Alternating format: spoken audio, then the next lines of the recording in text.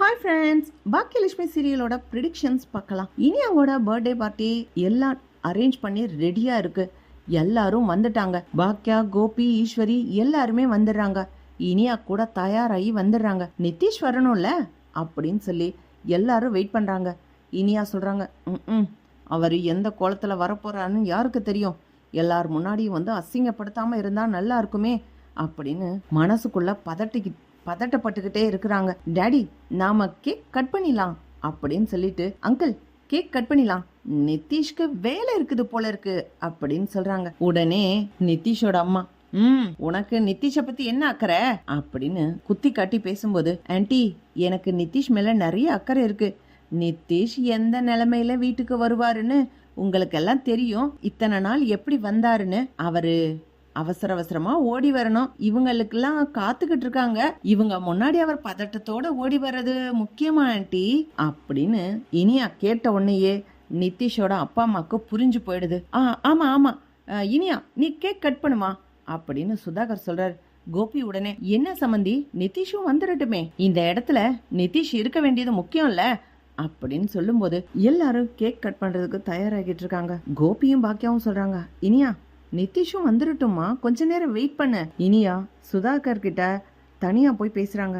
Uncle, Nitish இவ்வளவு நேரம் வரலைனா நேத்து எந்த நிலைமையில வந்தாரோ அதே நிலைமையில தான் வரப்போறாரு. அவர் எங்க இருக்காருன்னாது போன் பண்ணி கேளுங்க அங்கிள். எல்லார் முன்னாடியும் வந்து அவரும் அசிங்கப்படுவாரு, உங்களுக்கும் அசிங்கமா இருக்கும்ல அப்படின்னு சொன்ன உடனே சுதாகர் நிதிஷ்க்கு போன் பண்றாரு. பார்த்தா போனை எடுக்கிறது போலீஸ் எடுக்கிறாங்க. நிதிஷ் குடிச்சிட்டு ரோட்ல சண்டை போட்டுட்டு இருந்தாரு, அதனால நாங்கள் ஸ்டேஷனில் கூட்டிகிட்டு வந்து வச்சுருக்கோம், நீங்கள் வந்து கூட்டிகிட்டு போங்க அப்படின்னு சொல்லி இன்ஸ்பெக்டர் கால் பண்ணுறாரு. சுதாகர் பதறி அடிச்சுட்டு, நீங்கள் எல்லாம் பார்ட்டியை என்ஜாய் பண்ணுங்கள், எனக்கு ஒரு முக்கியமான மீட்டிங் இருக்குது அப்படின்னு சொல்லிட்டு நிதிஷோட அம்மா கிட்ட ரகசியமாக சொல்லிட்டு கிளம்புறாங்க. நிதிஷ் நிலைமை ரொம்ப மோசமாக இருக்கான். அதுவும் ஸ்டேஷனில் சட்டை கூட இல்லாமல் உட்கார வச்சிருக்காங்க. நிதிஷை போய் கூட்டிகிட்டு வராரு. யாருக்கும் தெரியாமல் பின்வாசல் வழியாக கூட்டிகிட்டு வந்து நிதிஷை ரூமுக்குள்ளே படுக்க வச்சிடுறாங்க. பார்ட்டி முடிகிற வரைக்கும் மாப்பிள்ளை வரலையே அப்படின்னு கோபி, பாக்கியா, ஈஸ்வரி எல்லாரும் கேட்க ஆரம்பிக்கிறாங்க. இனியா உடனே, இல்ல பாட்டி, நிதிஷ்க்கு மீட்டிங் இருக்கான், அவர் ஏற்கனவே ஃபோன் பண்ணி சொல்லிட்டாரு, அவர் வரணும் தான் இருந்தாரு, அவரால் வர முடியலையாம் பாட்டி அப்படின்னு இனியா அட்ஜஸ்ட் பண்றாங்க. பாக்கியாக்கு ஏதோ ஒரு வகையில சந்தேகமா இருக்கு. மறுநாள் ஆகாஷ் அந்த வழியில வந்துகிட்டு இருக்கும் போது நிதிஷ் ஆகாஷ பாக்குறான். ஆகாஷ் கூட வேணும்னே பம்பளுக்குறான். ஆகாஷும் எவ்வளவோ தன்மையா பேசி பார்த்தோம், இனியாவை பத்தி தப்பா பேசுறதுனால ஆகாஷ் நிதிஷ நல்லா அடிச்சிடறான். ரோட்ல விழுந்து கிடக்குறான் நிதிஷ்.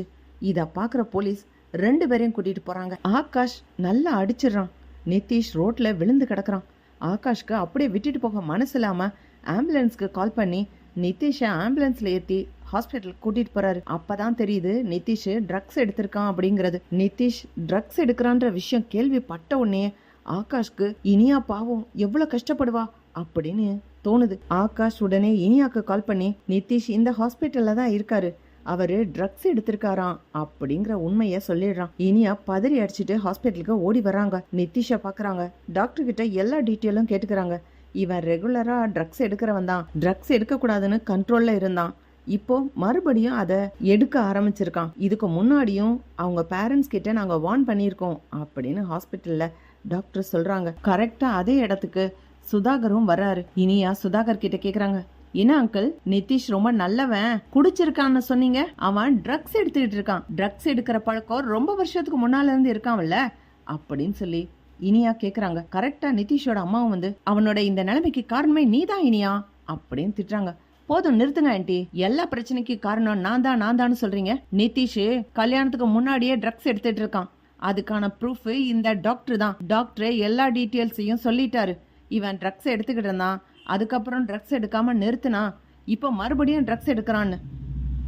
கல்யாணத்துக்கு முன்னாடி ட்ரக்ஸ் எடுக்கிறதுக்கு என்ன காரணம், நானா அப்படின்னு இனியா கோவத்தோட கேக்குறாங்க. இனியா கோச்சுக்கிட்டு வீட்டுக்கு போயிடுறாங்க. நைட்டு பாக்கியா வீட்லயே தங்குறாங்க.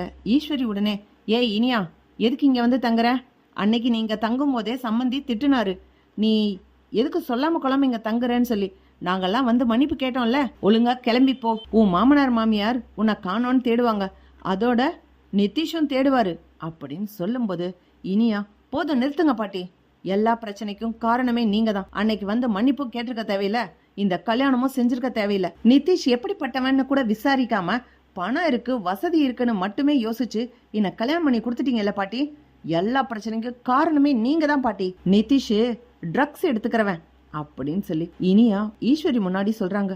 ஈஸ்வரி உடனே, ஏய் மாப்பிள்ளைய பத்தி அப்படிலாம் தப்பா பேசாத.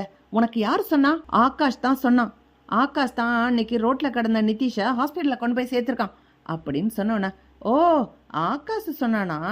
அந்த வேலைக்காரி செல்வியோட பையன் தானே, அவன் வேணும்னே பொய் சொல்லியிருக்கலாம். பாட்டி சும்மா பேசாதீங்க. அங்க இருந்த டாக்டரே ரொம்ப விவரமா சொல்லிட்டாரு, நிதிஷ் ட்ரக்ஸ் எடுத்திருக்கான்னு சொல்லி. ஆகாஷ் டாக்டர் சொல்லியிருக்கலாம் அப்படின்னு ஈஸ்வரி கேக்குறாங்க. இனியா கோபத்தோட ஈஸ்வரிய கையை ஊகுறாங்க அடிக்கிறதுக்கு. இந்த மாதிரி முட்டாள்தனமா யோசிச்சுதான் இன்னைக்கு என்னோட லைஃப் இந்த நிலைமைக்கு வந்து நின்னு இருக்கு. நிதிஷ்க்கு ரொம்ப வருஷங்களா இந்த போதை மருந்து எடுத்துக்கிற பழக்கம் இருந்திருக்கு.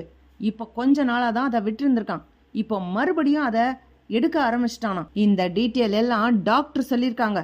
அவனோட ஃபைல் ஏற்கனவே டாக்டர் கிட்ட இருக்கு. டாக்டர் கிட்ட தான் ட்ரீட்மெண்ட் எடுத்திருக்கான் அப்படின்னு சொல்லி இனியா கத்துறாங்க.